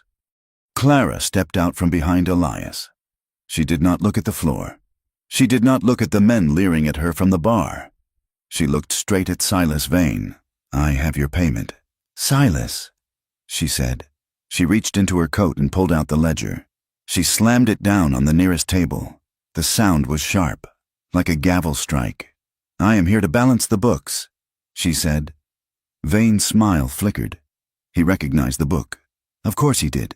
It was the record of his sins. That is my property, Vane said, his voice dropping an octave. You are a thief, Clara. No one cares what a thief has to say. The town cares, Clara said. She turned to the crowd. She saw faces she knew, men she had served drinks to, men whose hands she had slapped away, men who had looked through her as if she were furniture. Joseph Miller, she said, her voice clear and ringing. A miner near the bar looked up, startled. That was my brother, he muttered. He died in the cave-in at Shaft 4 last November. Clara said, the company said it was a structural failure. They said it was an act of God. She opened the ledger. She did not need to look at the page. She had memorized it. But here, on November 10th, 2 days before the collapse, there is an entry. A payment to the foreman to ignore the rotting timbers in Shaft 4. $50. The cost of a man's life. A murmur ran through the room. Lies, Vane shouted. She's reading nonsense. Sarah Higgins. Clara continued, ignoring him. Her husband died of the black lung. She sold her claim to Mr. Vane for $20 so she could buy a train ticket east. Clara pointed a shaking finger at Vane, but the claim was not empty. Was it Silas? The survey in this book says that claim sits right on the new silver vein. You bought it for $20 and sold the rights to the railroad for $5,000. You stole her future while she was weeping over her husband's grave. The murmur grew to a rumble. The miners were looking at Vane now. They were looking at the man who poured their drinks and held their debts. Shut her up, Vane roared to his men. One of the enforcers, a scarred man with a shotgun, stepped forward. Sit down, whore, he spat. Before The man did not finish the sentence. Elias moved. He did not draw his gun. He stepped forward and drove the heel of his boot into the man's knee.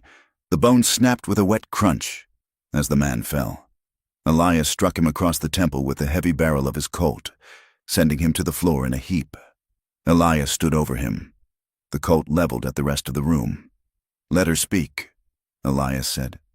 The violence was sudden and brutal, and it held the room in check. Vane looked around. He saw the mood shifting. He saw the anger in the eyes of the men he had exploited. He needed to break her hold on them. He needed to make her small again.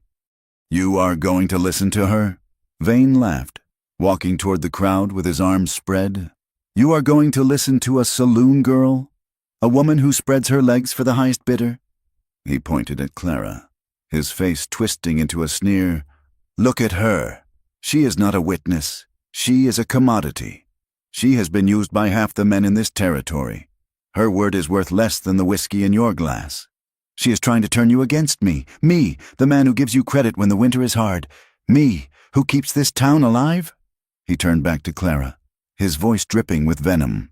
You are nothing. Clara, you are a stain on this town. You think putting on a wool dress makes you decent? You will always be the girl from the gutter, and these men know it. They know what you are. The insult hung in the air, heavy and ugly.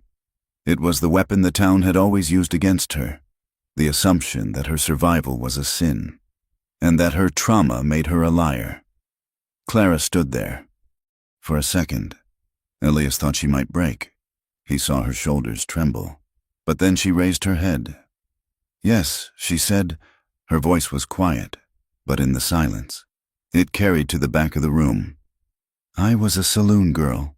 I poured your drinks. I laughed at your jokes. I let you touch me because if I didn't, I would starve. She looked at the miners, meeting their eyes one by one. I know what I am, she said. But I also know what you are. I know who cries for his mother when he has had too much to drink. I know who writes letters to a wife he hasn't seen in 3 years. I know who is afraid of the dark. She took a step toward Vane. You call me a whore, Silas, because it makes you feel powerful. But I sold my time to survive. You sold your soul to buy a velvet vest. You killed good men. You robbed widows. You are the whore. Silas, you just charge a higher price. The room exploded. It wasn't a cheer. It was a roar of rage, a release of years of tension. A miner threw his glass at Vane. It shattered against the wall. Vane's face went purple. "Kill them!" he screamed. "Kill them all!" The 3 remaining enforcers went for their guns. "Get down!" Elias shouted, shoving Clara behind the heavy oak bar. The air filled with smoke and thunder. Bullets chewed into the wood of the bar, sending splinters flying like angry hornets. Elias returned fire, his Colt bucking in his hand. He dropped one man with a shot to the shoulder, spinning him around. The miners were scrambling, overturning tables for cover. Some were pulling their own weapons, old pistols, knives, even chairs. The room descended into chaos. Clara crouched behind the bar. She saw the shotgun the bartender kept on the shelf below the whiskey. She grabbed it. It was heavy, a double-barreled coach gun. She peeked over the top. Vane was retreating toward the back office, using the confusion to escape. But one of his men, a gunman in a black duster, had flanked the bar. He had Elias pinned down behind a table, his revolver hammering away at the wood.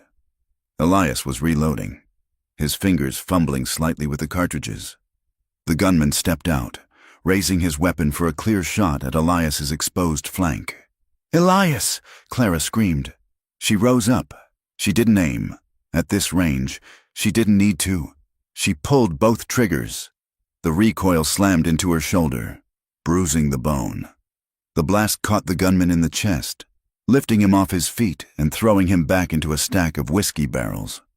Elias snapped the cylinder of his Colt shut and looked at her. His eyes were wide. "Nice shooting," he yelled over the din. "I missed the head," she yelled back, racking the lever to eject the shells, though the gun was empty. The back door of the saloon burst open. Sheriff Grady charged in, followed by 2 deputies. He had a Winchester rifle in his hands. He saw Elias. He saw the bodies on the floor. "Drop it! Thorne!" Grady shouted. "You are under arrest for murder." He raised the rifle, aiming squarely at Elias. Elias was trapped. His gun was empty, and he was out of cover. "This is it," Elias thought. He stood up, intending to draw fire away from Clara. Grady tightened his finger on the trigger. Suddenly, the barrel of a pistol was pressed against the sheriff's ear.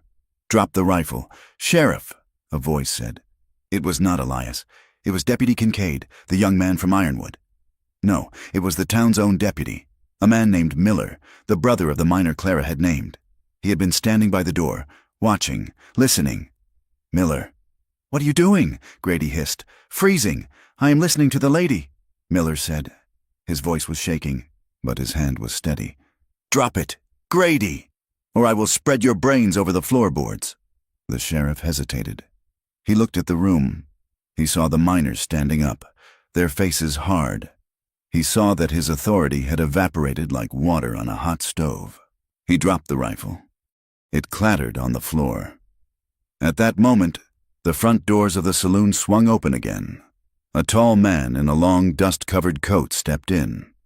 He wore a silver star on his chest that caught the light of the oil lamps. He carried a sawed-off shotgun in one crook of his arm and a piece of paper in the other. It was Marshal Sterling. He had ridden hard from the south, alerted by the telegram Marcus had sent from the Ironwood Junction 3 days ago. "Nobody move," Sterling boomed.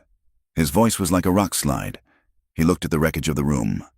He looked at Elias and Clara behind the bar. He looked at Sheriff Grady with a gun to his head. Then he looked at Silas Vane, who had frozen halfway to his office door. "Silas Vane," Sterling said, "I have a federal warrant for your arrest, conspiracy to commit murder, land fraud, racketeering, and the assassination of Judge Miller." Vane stared at him. He looked at his empire. now a shambles of broken glass and bullet holes. He looked at Clara, who was standing tall behind the bar, the empty shotgun still in her hands. "You have no proof," Vane snarled. "It is her word against mine." Sterling held up the paper. "This is a deposition from your lawyer, Mr. Pym. We caught him trying to board a train to San Francisco with a suitcase full of your money. He was very talkative." Vane's face went slack. Then, with the desperation of a trapped rat, Vane went for the derringer he kept in his sleeve. It was a foolish move.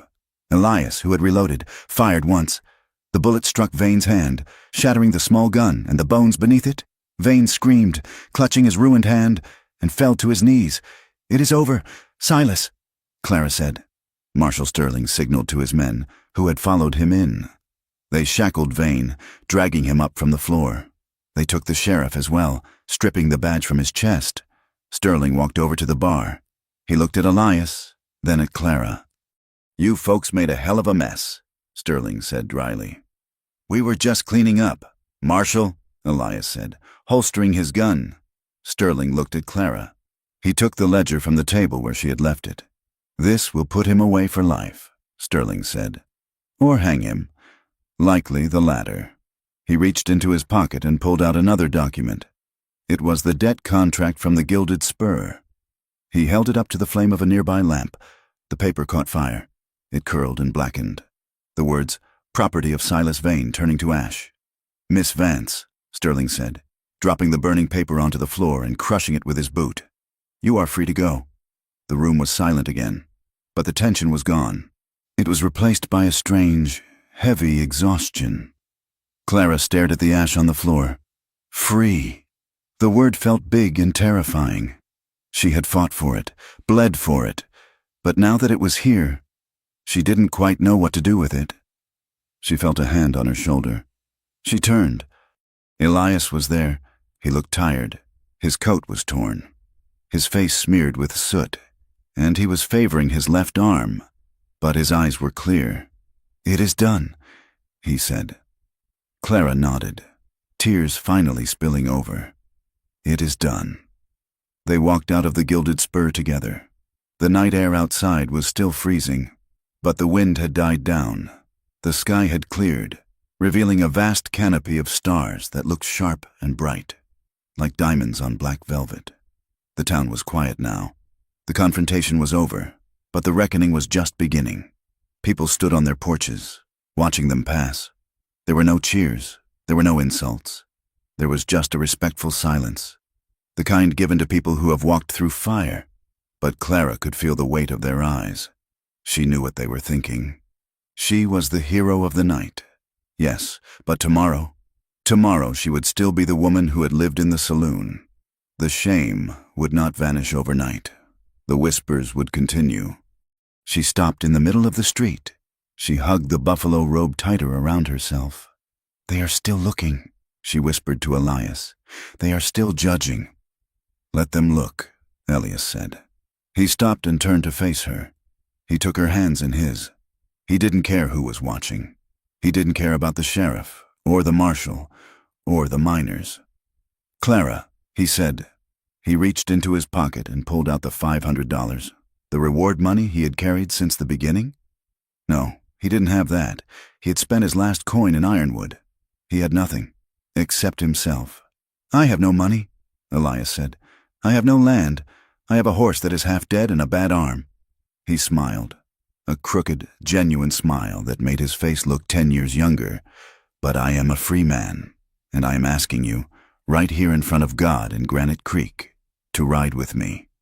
Not as a fugitive, not as a witness, as my partner." Clara looked at him. She saw the man who had lowered his gun in the hallway, the man who had taken a bullet for her at the creek, the man who had walked into a jailhouse to set her free. She saw a future that was not defined by what she owed, but by what she chose.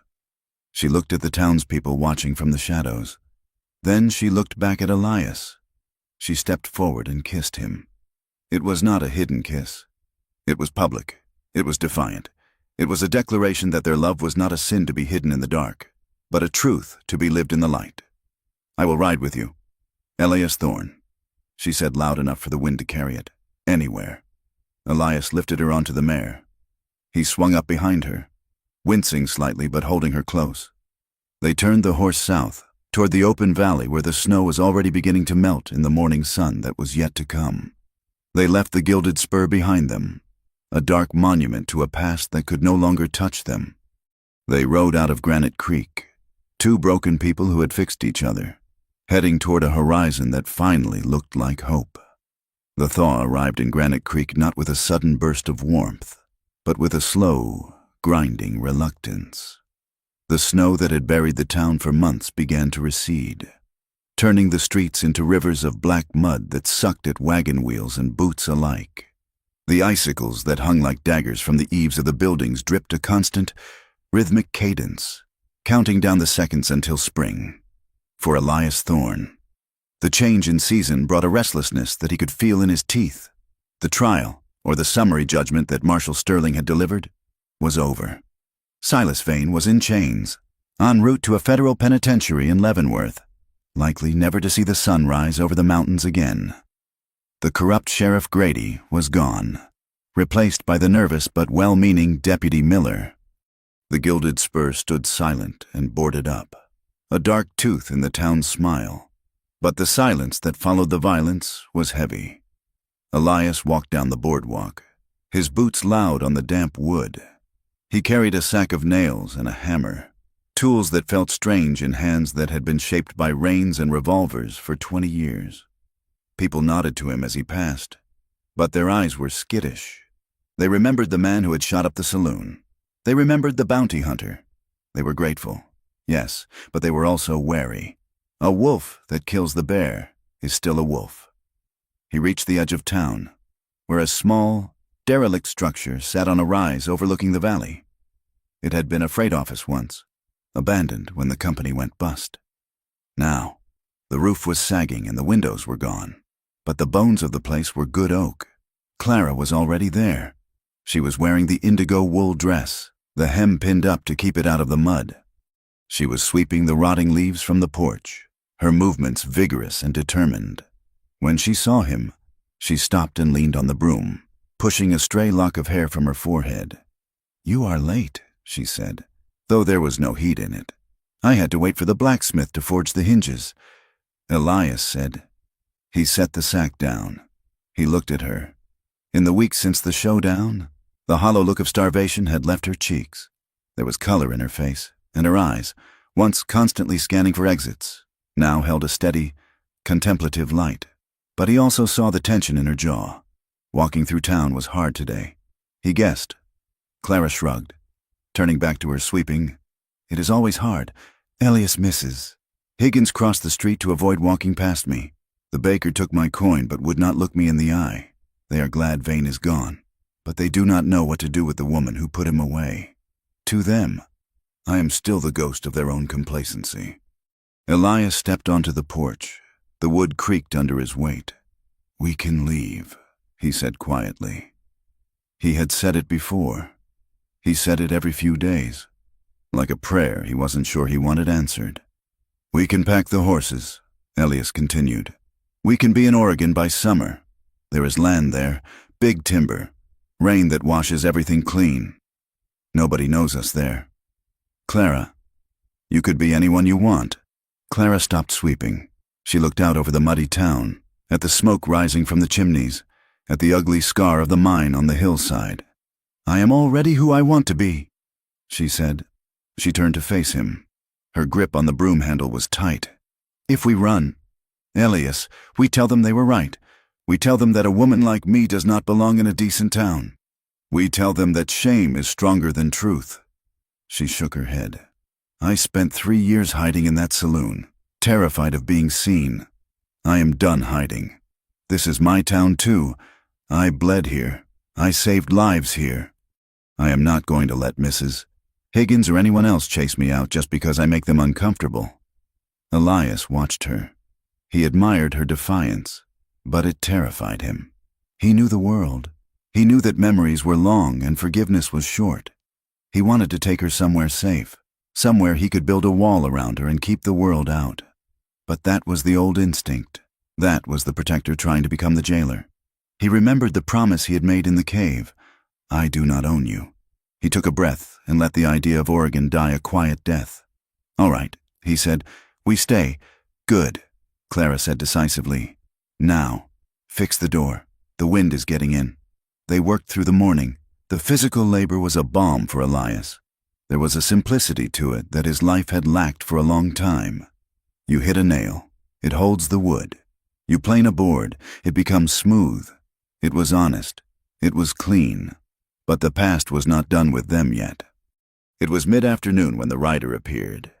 He did not ride down the main street. He came up the back trail, skirting the edge of the mine. Elias, who was on the roof patching shingles, saw him first. He saw the way the man sat his horse, slouched, arrogant, a rifle scabbard prominent on the saddle. Elias slid down the ladder, his hand instinctively going to his hip, but the Colt was not there. He had left it wrapped in oilcloth inside the building, trying to live the new life. Clara, Elias said sharply. Go inside. Clara looked up from the garden plot she was turning over. She saw the rider. She did not run. She stood up and brushed the dirt from her hands. Who is it? She asked. The rider reined in at the bottom of the slope. He was a young man, barely 20, with a face scarred by smallpox and eyes that burned with a frantic, drug-fueled light. Elias recognized him. It was a boy named Barrett, one of the hangers-on of Vane's gang, a kid who had run errands and dreamed of being a gunfighter. He looked desperate. His coat was threadbare, and his horse looked ridden half to death. Barrett, Elias said, his voice level. You are a long way from the border. Barrett's hand hovered near his pistol. He looked at Elias, then at Clara. He sneered.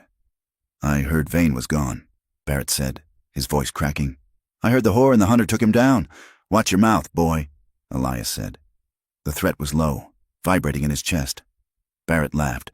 A jagged sound. Or what? You do not have your iron, old man. I saw you on the roof. You are playing carpenter now. Domesticated. He pulled his pistol. It was a shaky, clumsy draw, but at 20 paces it was deadly enough. I want the money, Barrett said. There is no money, Clara said, her voice steady. The marshal seized Vane's assets. The government has it all. Don't lie to me.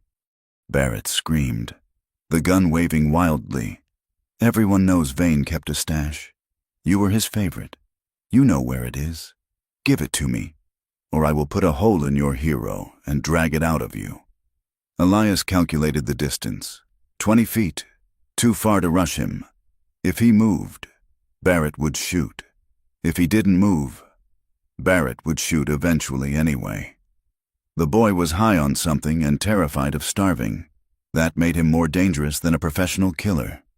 Elias shifted his weight, preparing to take the bullet if it meant he could get his hands on the boy.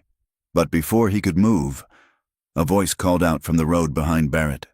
Drop it, son! Barrett spun in the saddle. Standing on the road was Deputy Miller, but he wasn't alone. Beside him was the blacksmith, holding a heavy iron hammer, and next to him was the baker, wiping flour from his hands, looking terrified but standing his ground, and Mrs. Halloway, the woman who ran the boarding house in town. We do not want any shooting here, Miller said. He had his hand on his gun, but he hadn't drawn it. This is none of your business, Barrett shouted, swinging the gun between Elias and the townspeople. It is our business, the blacksmith rumbled. Miss Vance is fixing up the old freight office. We are expecting her to order a new stove next week. She cannot do that if she is dead. It was a small thing, a commercial transaction, but it was an acknowledgement. They were claiming her as part of the community. Barrett looked at them. He saw 5 people. Then he saw a few more coming up the hill, miners who had heard the shouting. They weren't armed with guns, mostly, but they were a wall of humanity. Elias watched Barrett's face crumble. The boy realized he wasn't facing 2 outcasts anymore. He was facing a town. Go on, Barrett, Elias said softly. Ride out. Nobody needs to die today. Barrett looked at the gun in his hand. It felt heavy. The adrenaline drained out of him, leaving him just a cold, hungry kid on a tired horse. He holstered the pistol. He spat on the ground, a final, weak gesture of defiance. "To hell with this town," he muttered. He turned his horse and kicked it into a gallop, disappearing over the ridge toward the Badlands. The tension broke. The blacksmith nodded to Elias, a silent communication of respect. Deputy Miller tipped his hat to Clara. "Everything all right here, ma'am?" Miller asked. "Yes, Deputy," Clara said. Her voice was thick with emotion she refused to let spill. "Thank you. Just doing rounds." Miller said, "Let us know if you need help with that stove." The crowd dispersed. They didn't cheer. They didn't make speeches. They just went back to their lives. But the line had been crossed. Elias turned to Clara. She was staring at the retreating figures. "They stood up for us." She whispered, "They stood up for you." Elias corrected. He walked over to her. "You were right," he said. "About staying." Clara looked at him, and then she smiled. It was a smile that reached her eyes, bright and unburdened. "Get back on the roof, Cowboy," she said. "Those shingles will not patch themselves." 2 months later, the snow was gone completely.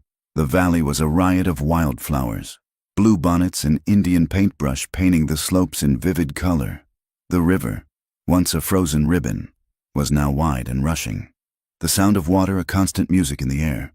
The sign above the door of the renovated freight office was modest. It was hand-painted in neat, black letters. The Hearth. Lodging and meals. It wasn't a saloon. There was no alcohol served. It was a boarding house. Clean and simple. But it was more than that.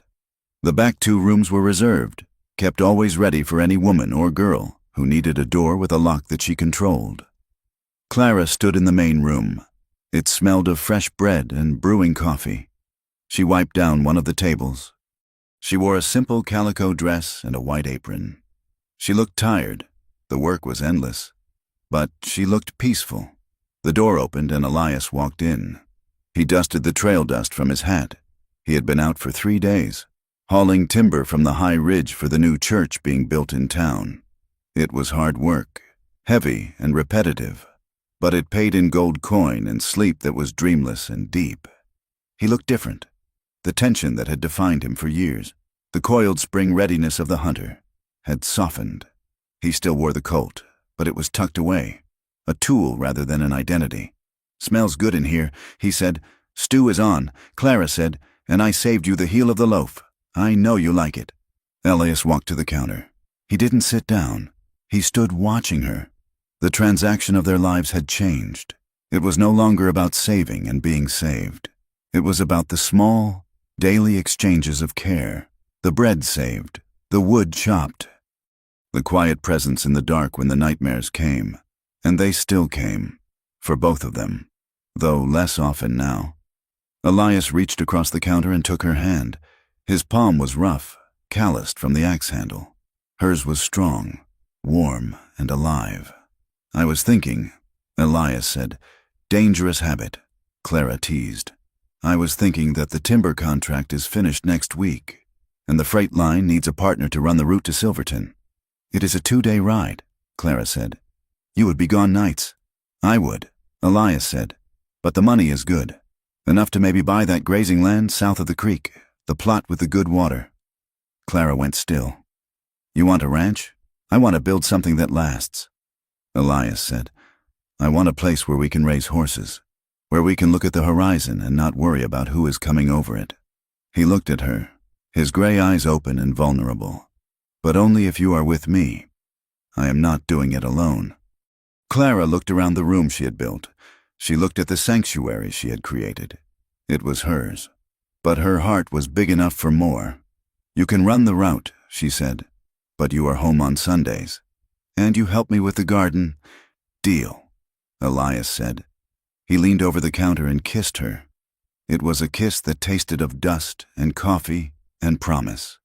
It wasn't the fiery, desperate collision of their escape. It was steady. It was the foundation of a house that would stand against the wind. That evening, they closed the hearth early. They walked down to the riverbank. Hand in hand, the sun was setting, casting long, golden shadows across the valley. The air was cool but sweet, with the scent of pine and wet earth. The river rushed by, clear and cold, carrying the meltwater from the high peaks down to the plains. They stopped by a grove of cottonwoods. Elias sat on a fallen log and pulled Clara down beside him. She leaned her head on his shoulder. He wrapped his arm around her. It was the left arm, the one that had been shot. It still ached when the rain came, a permanent reminder of the cost of their freedom, but it was strong enough to hold her. Elias watched the water flow. He thought about the man he had been, the bounty hunter, the ghost. That man felt like a stranger now. He had laid down the burden of his past, not all at once, but piece by piece. With every nail he hammered and every mile he rode toward home. Clara watched the sky turn from blue to indigo. She thought about the ledger, burned to ash. She thought about the name whore and how it had lost its power, replaced by neighbor, friend, and love. She was not owned. She was chosen, and she chose him back every single day. "It is quiet," she said softly. "Yes," Elias said, "it is." They sat there as the stars came out, one by one, pinning the darkness in place. Two survivors in a vast, wild land, who had found that the greatest freedom wasn't just in surviving the winter, but in having the courage to believe in the spring. Thank you for listening to this story. Shoot me if you want freedom. Saloon Girl said, "The cowboy lowered the gun and chose love." I hope you enjoyed this journey through the dust, the snow, and the redeeming power of love in the American West. Please let me know in the comments where you are listening from. I would love to know how far this story has traveled.